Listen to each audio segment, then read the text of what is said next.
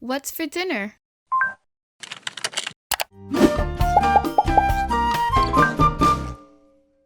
Hey everyone, I'm Chef Z and you're watching Chef Z Cooks. Now I know I've been gone for far too long and I just want to apologize because life just kind of blew up, and next thing I knew, a whole month had gone by and I hadn't posted a video. But I am back, and I am back today with an awesome and highly requested video.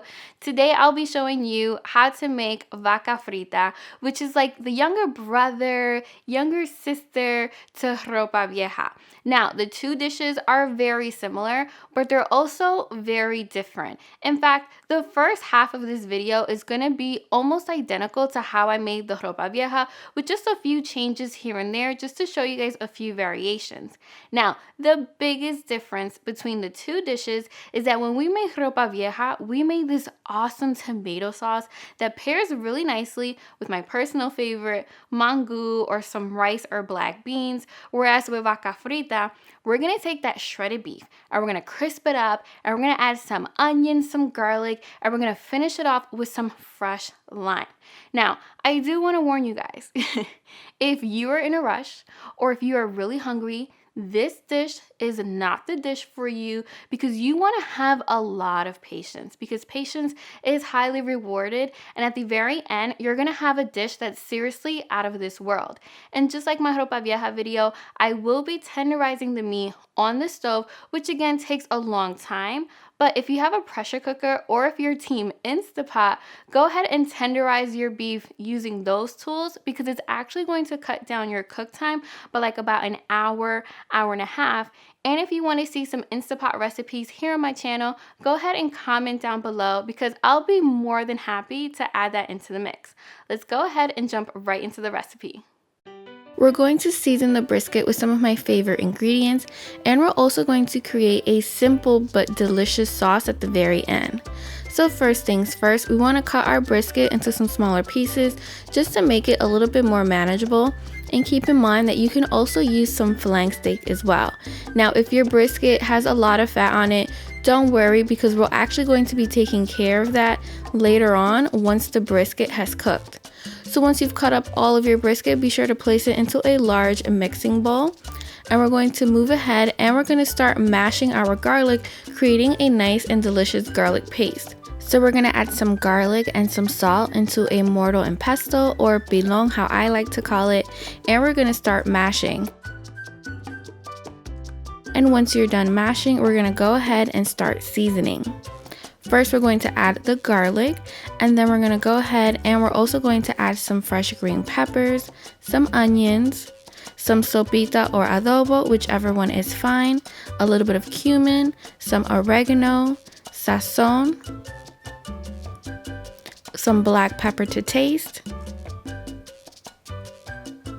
fresh limes, which by the way you guys already know is my favorite, and limes are a really important key to this recipe, so make sure you have some extra limes handy because it tastes really good at the end. And we're also going to add a little bit of olive oil, and of course we're going to mix this all together until the brisket is well coated in this awesome marinade. And now we're going to go ahead and we're going to add just a little bit of saran wrap to cover it, because we actually want to let this marinate for at minimum 4 hours, but it is best to let it marinate overnight. So once your meat has finished marinating, we're going to add some oil into a pot, and we're going to add the brisket because we want to make sure that it browns on all sides. Now, if you've watched my ropa vieja video, this should honestly seem very reminiscent and very similar, but that's because, again, the way you make this dish, at least the first half, is practically the same way as you make ropa vieja. So once your meat has been browning for a few minutes, about 5 minutes or so, we're going to go ahead and we're going to flip them over. We want to give all the sides a chance to brown just a little bit, just so that at the very end our brisket does have some color.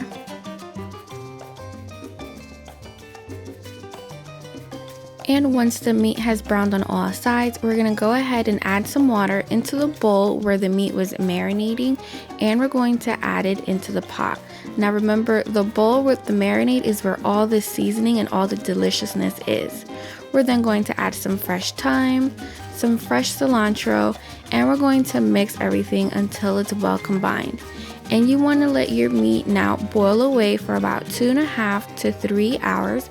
And you always want to keep an eye on it, because if the water dries up before the meat is ready, just feel free to add some more water. Now this is also where I want to stress, where if you have a pressure cooker or an Instapot, you can tenderize your meat so much more faster. And after those 2.5 to 3 hours, you definitely want to check your meat for tenderness, and once it's ready, you want to turn it off and take it out, because now is where the fun is going to begin.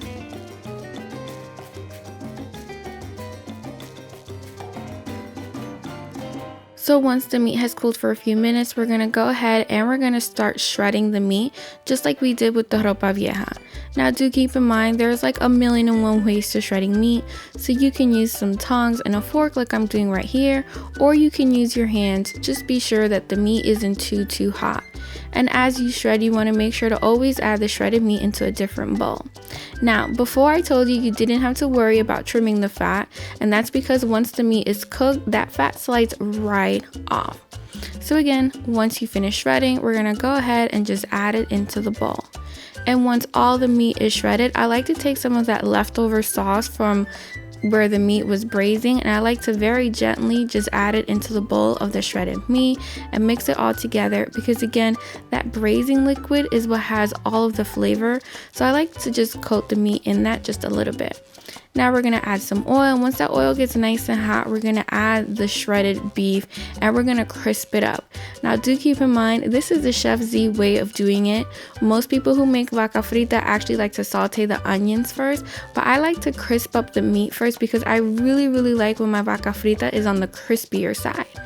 So once your vaca frita has been frying away for about 5 to 10 minutes, we're going to go ahead and now we're going to add the onions.